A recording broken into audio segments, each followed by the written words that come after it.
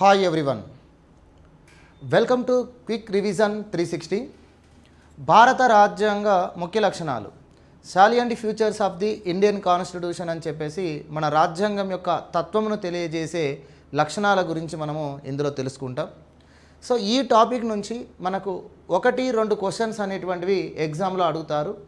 అంతేకాకుండా ఈ టాపిక్ తెలుసుకోవడం వల్ల, ఈ టాపిక్ గురించి మనకు నేర్చుకోవడం వల్ల మన రాజ్యాంగం యొక్క తత్వాన్ని మనకు ఒక అవగాహన అనేది, మన రాజ్యాంగం యొక్క తత్వంపై ఒక అవగాహన అనేటువంటిది ఏర్పడుతుంది.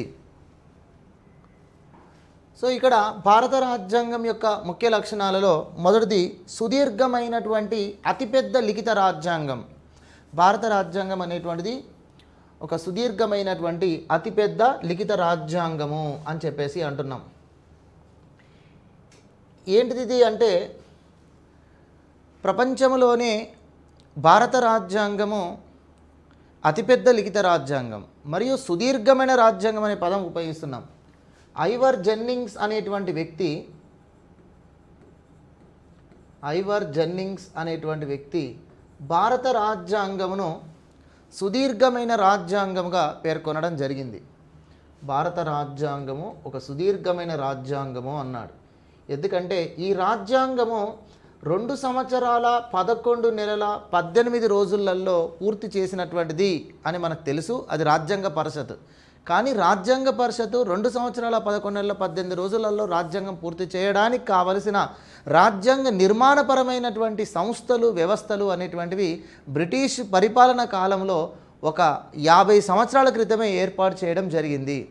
కాబట్టి 1773 రెగ్యులేటింగ్ చట్టం నుంచి మొదలుకొని 1935 భారత ప్రభుత్వ చట్టం వరకు అనేక చట్టాల ద్వారా రాజ్యాంగ నిర్మాణపరమైన సంస్థలను ఏర్పాటు చేసుకుంటూ వచ్చారు.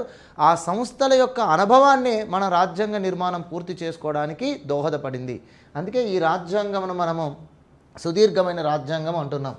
ఇక అతిపెద్ద లిఖిత రాజ్యాంగము అంటున్నాము. అతిపెద్ద లిఖిత రాజ్యాంగము అంటున్నాము. భారత రాజ్యాంగము 1949 నవంబర్ 26వ తేదీన రూపొందించబడి 1950 జనవరి 26వ తేదీన అమల్లోనికి వచ్చినప్పుడు రాజ్యాంగమునందు 395 ఆర్టికల్స్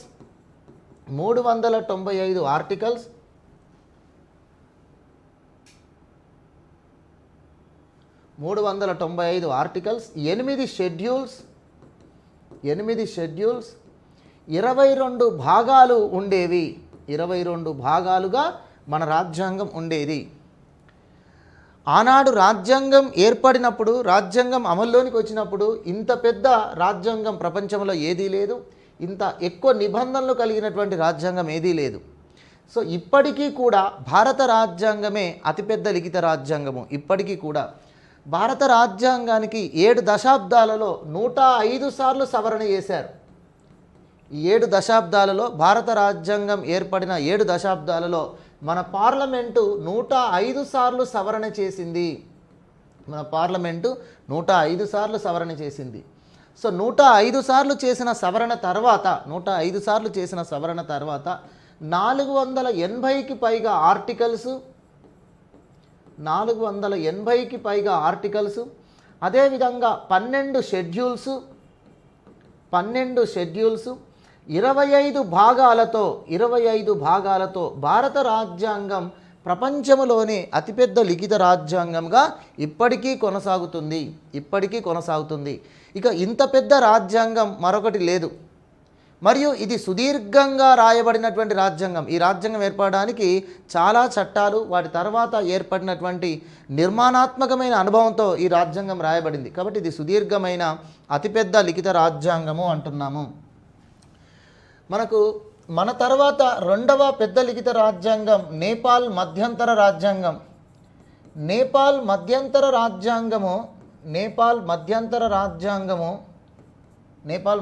రాజ్యాంగం 2007 నుంచి 15లో రూపొందించబడింది. 2007లో రాజ్యాంగ సభ ఏర్పాటు చేయబడి 2015లో పూర్తయి 2015 సెప్టెంబర్ 20వ తేదీన అమల్లోనికి వచ్చింది నేపాల్ రాజ్యాంగం.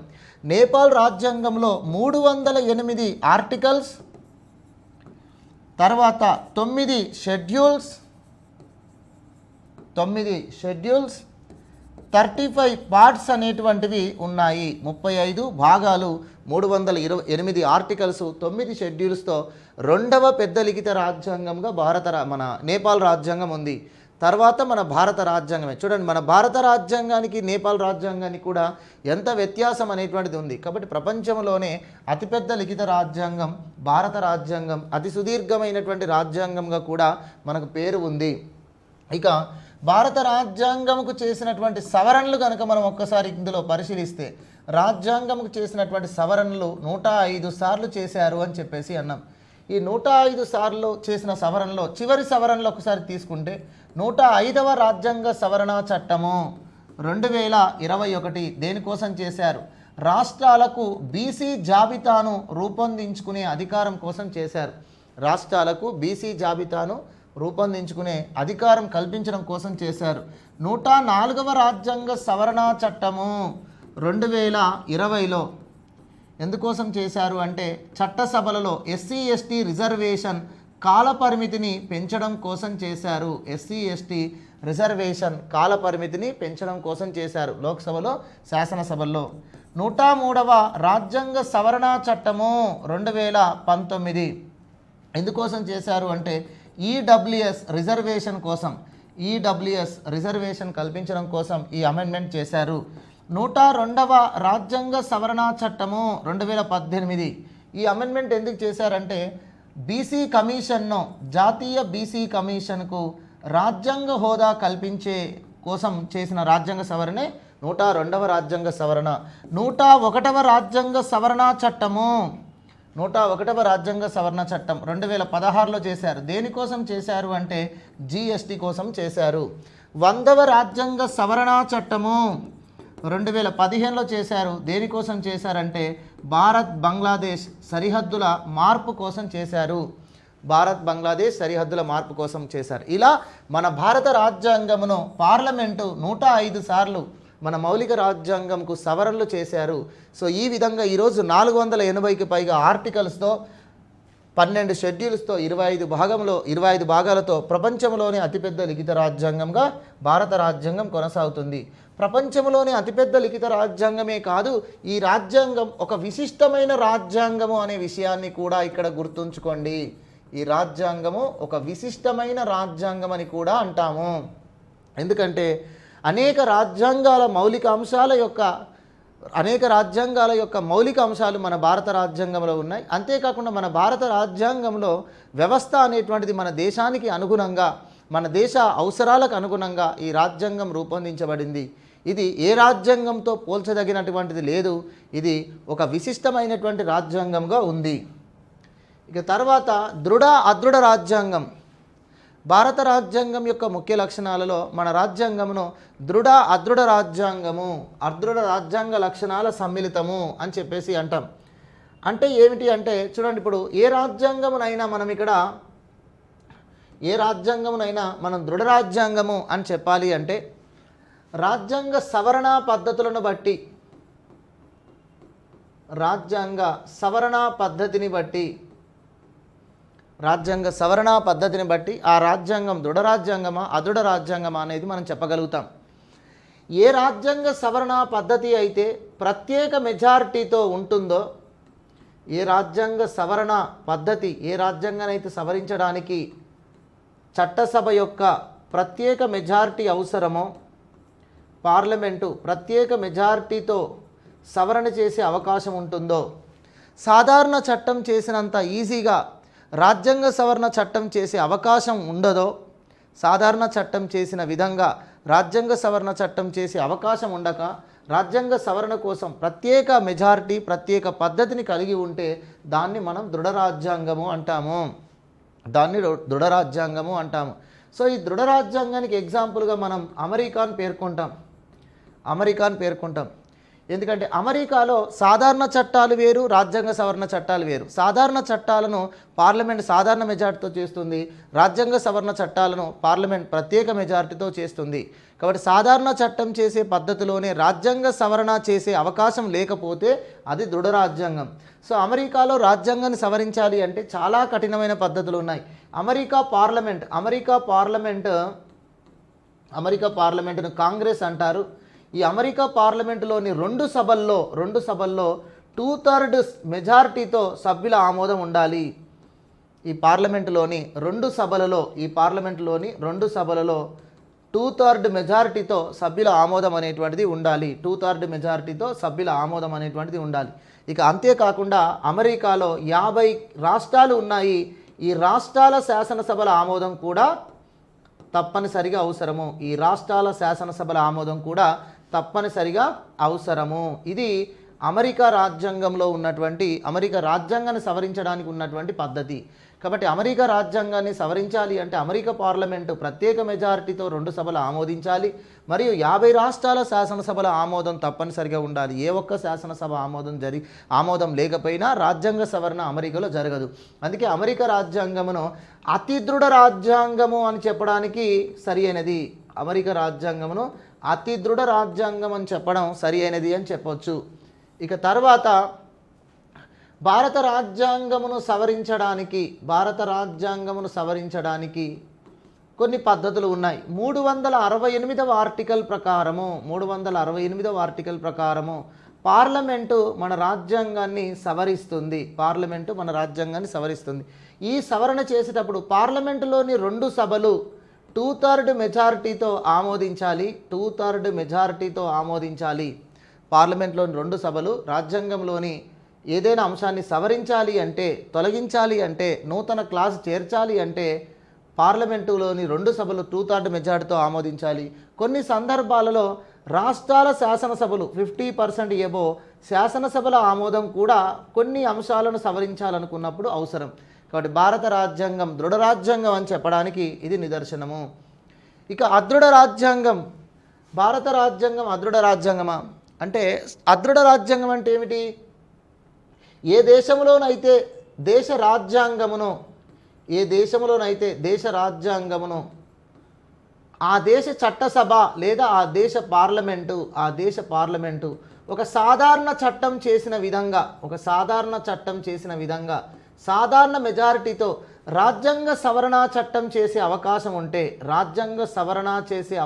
ఉంటే అప్పుడు ఆ రాజ్యాంగం అదృఢ రాజ్యాంగం అంటాము. అంటే అదృఢ రాజ్యాంగం కలిగిన దేశంలో సాధారణ చట్టం చేయడానికి, రాజ్యాంగ సవరణ చట్టం చేయడానికి వేర్వేరు పద్ధతులు ఉండవు. సాధారణ చట్టం చేసినట్టుగానే రాజ్యాంగ సవరణ చట్టం చేస్తారు. కాబట్టి అక్కడ సాధారణ చట్టము, రాజ్యాంగ సవరణ చట్టం రెండూ సమానమే అని చెప్పొచ్చు. Example England. సో ఇంగ్లాండ్లో మనకు ఈ బ్రిటిష్ రాజ్యాంగం అనేది, ఇంగ్లాండ్ యొక్క రాజ్యాంగమైనటువంటి బ్రిటిష్ రాజ్యాంగం లేదా బ్రిటన్ రాజ్యాంగం అనేది అదృఢ రాజ్యాంగము. సో దీన్ని పార్లమెంటు సాధారణ చట్టంతో సవరిస్తుంది. అక్కడ పార్లమెంట్ చేసేటువంటి సాధారణ చట్టానికి, రాజ్యాంగ సవరణ చట్టానికి వేరువేరు పద్ధతులు కానీ ఏమీ లేవు, వ్యత్యాసం కూడా ఉండదు. సో మరి భారత రాజ్యాంగం కూడా ఇక్కడ అదృఢ రాజ్యాంగం అన్నాం. దృఢ రాజ్యాంగము మరియు అదృఢ రాజ్యాంగం అన్నాం. భారత రాజ్యాంగం అదృఢ రాజ్యాంగం అనడానికి ఏమిటి అంటే, మన భారత రాజ్యాంగాన్ని సవరించడంకు మొత్తం 3 పద్ధతులు ఉన్నాయి. భారత రాజ్యాంగం సవరించే పద్ధతులు మొత్తం 3గా ఉన్నాయి. రాజ్యాంగమును సవరించే పద్ధతులు మొత్తం 3 ఉన్నాయి. ఒకటి సాధారణ మెజారిటీతో రాజ్యాంగంలోని కొన్ని అంశాలు సవరించబడతాయి. 2 ప్రత్యేక మెజారిటీతో కొన్ని అంశాలు సవరించబడతాయి. 3 ద్విపక్ష ప్రత్యేక మెజారిటీతో మరికొన్ని అంశాలు సవరించబడతాయి. సాధారణ మెజారిటీతో కొన్ని అంశాలు, ప్రత్యేక మెజారిటీతో కొన్ని అంశాలు, ద్విపక్ష ప్రత్యేక మెజారిటీతో కొన్ని అంశాలు సవరించబడతాయి. అయితే 368వ ఆర్టికల్ మాత్రము రాజ్యాంగమును పార్లమెంటు సవరించే పద్ధతుల గురించి 368వ ఆర్టికల్లో పేర్కొన్నారు. ప్రత్యేక మెజారిటీ, ద్విపక్ష ప్రత్యేక మెజారిటీ పద్ధతిలో ఏ అంశాలైతే పార్లమెంటు సవరిస్తుందో అవి 368వ ఆర్టికల్ కిందికి వస్తాయి. సాధారణ మెజారిటీతో కూడా పార్లమెంట్ రాజ్యాంగంలోని కొన్ని అంశాలు సవరించవచ్చు. ఉదాహరణకు పౌరసత్వానికి సంబంధించి, సుప్రీంకోర్టు జడ్జీల సంఖ్యకు సంబంధించి, రాష్ట్రాల సరిహద్దుల మార్పుకు సంబంధించి ఇవన్నీ కూడా సాధారణ మెజారిటీతో ఏదైనా రాష్ట్రానికి శాసనమండలి ఏర్పాటు చేసేటువంటి విషయము, కేంద్రపాలిత ప్రాంతానికి శాసనసభను ఏర్పాటు చేయడం కోసం ఇలా పార్లమెంటు రాజ్యాంగంలోని ఏ అంశాన్నైనా సాధారణ మెజారిటీతోటే సవరిస్తుంది. రాజ్యాంగంలోని కొన్ని అంశాలను మాత్రమే 368 ఆర్టికల్కు లోబడి ప్రత్యేక మెజారిటీ పద్ధతిలో సవరించబడుతుంది. కాబట్టి ఇక్కడ సాధారణ మెజారిటీతో రాజ్యాంగంలోని అంశాలు సవరిస్తున్నామంటే సాధారణ చట్టం చేసినట్టుగానే రాజ్యాంగంలోని కొన్ని అంశాలపైన సవరణ చేసే అధికారం పార్లమెంటుకు ఉంది. కాబట్టి ఇది అదృఢ రాజ్యాంగం. మరియు ప్రత్యేక ద్విపక్ష ప్రత్యేక మెజారిటీతోటి రాజ్యాంగంలోని కొన్ని అంశాలు సవరించబడుతున్నాయి కాబట్టి ఇది దృఢ రాజ్యాంగం. అయితే ఎక్కువ అంశాలు, దాదాపు 70% అంశాలు, భారత రాజ్యాంగంలోని 70% పైగా అంశాలు ఈ ప్రత్యేక మెజారిటీ పద్ధతిలోనే సవరించబడుతున్నాయి. ఒక 30% మాత్రమే అంశాలు సాధారణ మెజారిటీతో సవరించబడుతున్నాయి. అందుకనే ఇది దృఢ అదృఢ రాజ్యాంగము అని చెప్పేసి, ఇది దృఢ అదృఢ రాజ్యాంగ లక్షణాల సమ్మిళితము అని చెప్పేసి మనము పేర్కొనాలి.